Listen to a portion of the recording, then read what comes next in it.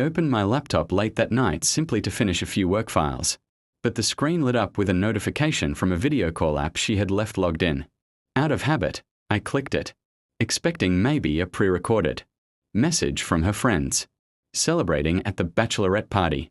Instead, the live feed showed a crowded hotel suite, loud music, and my fiancé laughing, drinking, and sitting far too close to a stranger I didn't recognize. At first, I thought it was just playful party chaos, until the camera shifted, and I saw her kissing him like she had forgotten we existed. My chest tightened, and for a few seconds, I couldn't move. The noise of the party echoed through my speakers while I watched her hands on him. Their laughter, the way she leaned into him as if she wasn't hours away from marrying me. I kept staring, hoping she would stop, hoping she would pull away, hoping there was some misunderstanding. But she didn't. She kept going, unaware that the laptop she used earlier had auto-synced her camera feed to mine. I muted the audio, but I kept watching for a moment, not to torture myself but to confirm what my mind still refused to accept. And when she disappeared into another room with him and the camera caught the door closing, the truth became undeniable. My fiancée, the woman I was supposed to marry in less than 48 hours, was cheating on me at her own bachelorette party. The shock slowly turned into a cold calmness.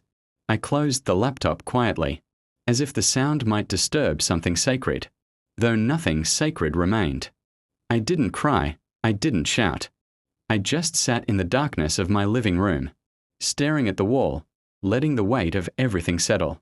By the time the sun began to rise, I knew exactly what I needed to do.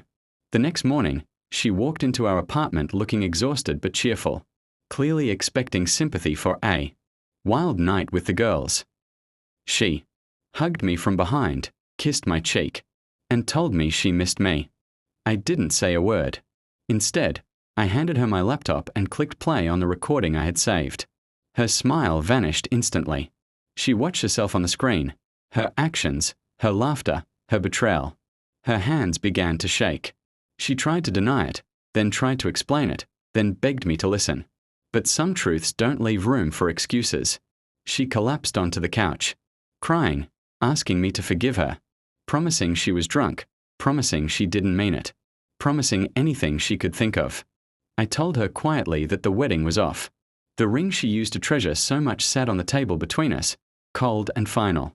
She reached for my hand, but I stepped back. She said she made one mistake, but the video showed a choice, several choices, made, without hesitation and without thought of me.